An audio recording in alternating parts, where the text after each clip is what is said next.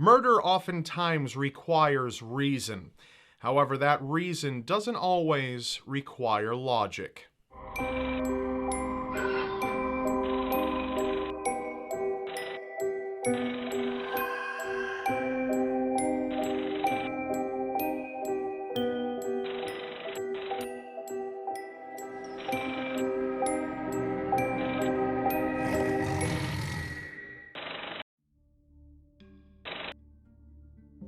Brenda Spencer was 16 years old in 1979 when she became a murderer. She lived in San Diego, California, right across from Cleveland Elementary School. Brenda suffered from heavy depression and an unstable family life, which was complemented by an irresponsible father who bought her a rifle. One Monday morning while at home, she watched the children assemble outside, preparing for school, when she decided to open fire on them from inside her house. The principal and a custodian were both killed trying to protect the children. 8 children were injured, along with a police officer. While barricaded in her house, she spoke with a journalist on the phone. The journalist asked her why she carried out the attack. She replied with, "I don't like Mondays." She was sentenced to 25 years to life and will be eligible for parole in 2019.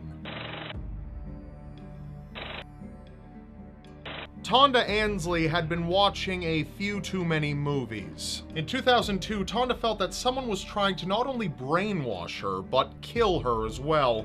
So in an act of self-preservation, Tonda found her landlord and shot her in the head not once, but several times. When asked about the crime, she told police, "They commit a lot of crimes in the Matrix. That's where you go to sleep at night and they drug you and take you somewhere else, and then they bring you back and put you in bed, and when you wake up, you think that it's a bad dream." Tonda was found not guilty by reason of insanity. This story isn't directed at any specific one person, but many people. Albinism is a rare genetic disorder by itself, but when a person of African descent is born with it, it's not only extremely rare, but potentially dangerous. Some followers of superstition, such as witch doctors, believe that body parts of albino Africans are able to transmit magical powers. African albinos are at times murdered, dismembered, sacrificed, and if they happen to die for any reason other than for ritualistic purposes, their graves may be dug up and their bodies stolen. Aside from these dangers, some people see albinos as bad luck and will kill them for those reasons as well. Numerous organizations are in place to try to end albino persecution. Going to a concert is really important for some people. Robert Lyons was in his mid-30s and looking to attend an Avril Lavigne concert. Robert lived with his mother as he struggled too much on his own and wanted her to buy him tickets to the concert. His mother refused, which sparked an argument, which led to Robert grabbing a bottle of brandy and striking his mother in the head twice with it.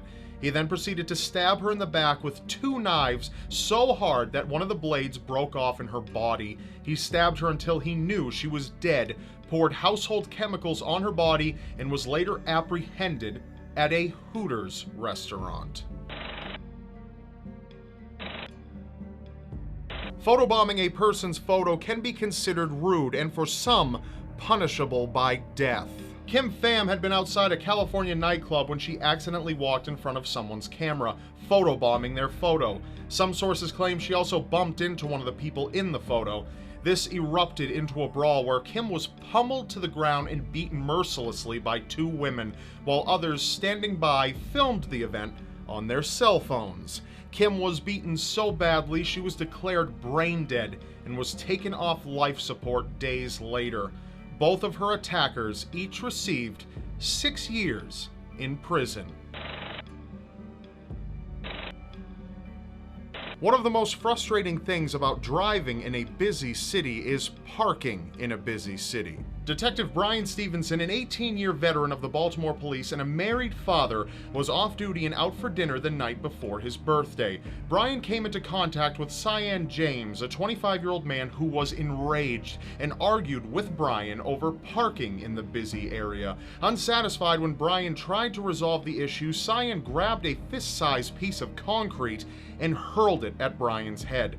Brian was struck and suffered massive brain injury and died just an hour shy of when he was to turn 38 years old. SIAN was sentenced to 10 years in prison.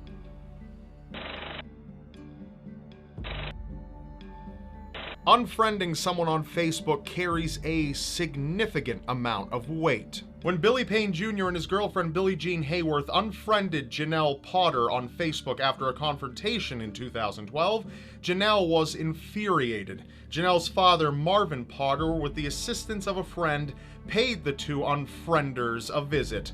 Billy and Billie Jean were both found murdered in their home with gunshot wounds to the head. Billie Jean was found with their 8-month-old baby in her arms, still alive. Marvin Potter has been sentenced to 2 life sentences, while accomplices still await trial.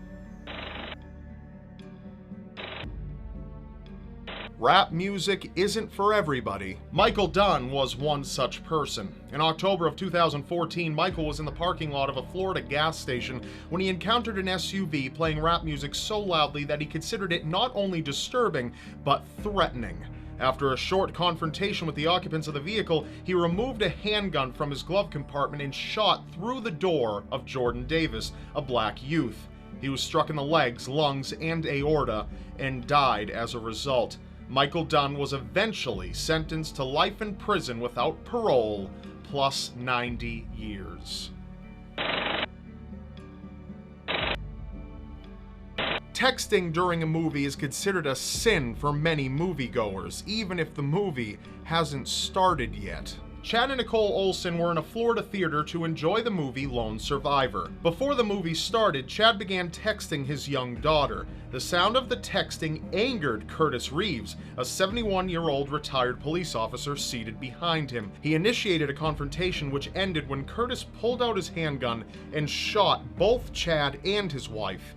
His wife was struck in the hand as she tried to protect her husband, but it did little to keep the bullet from ripping through Chad's chest, killing him.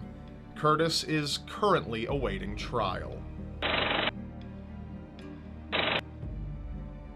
Cheetos are a well-known and loved snack. However, they can be harmful to your health in unexpected ways, apparently. David Scott and Roger Wilkes, 2 residents of St. Louis, were together at one point when David noticed Roger was eating a bag of Cheetos. David wanted some of the Cheetos, but Roger wasn't giving them up. This enraged David, who took out a knife and stabbed Roger in the chest, killing him. Police located David a few blocks away from the incident, and he was charged with murder. David had been previously convicted of other crimes, from robbing a post office to burglary and assault. It is not known as to whether he had the Cheetos on his person at the time of the arrest. It's always a good idea to periodically stop and think about why you're doing something. Hopefully it's as harmless as it is illogical.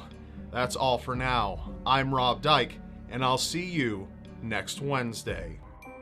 Don't forget to subscribe to my channel so you don't miss out on the next episode of Seriously Strange. Also, if you enjoyed this episode, give it a thumbs up and comment below. See you next time.